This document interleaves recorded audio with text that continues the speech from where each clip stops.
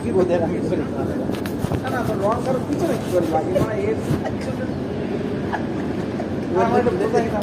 এলো রং আগে নিচে গায়ে লেগে গেলে ঠিক আছে,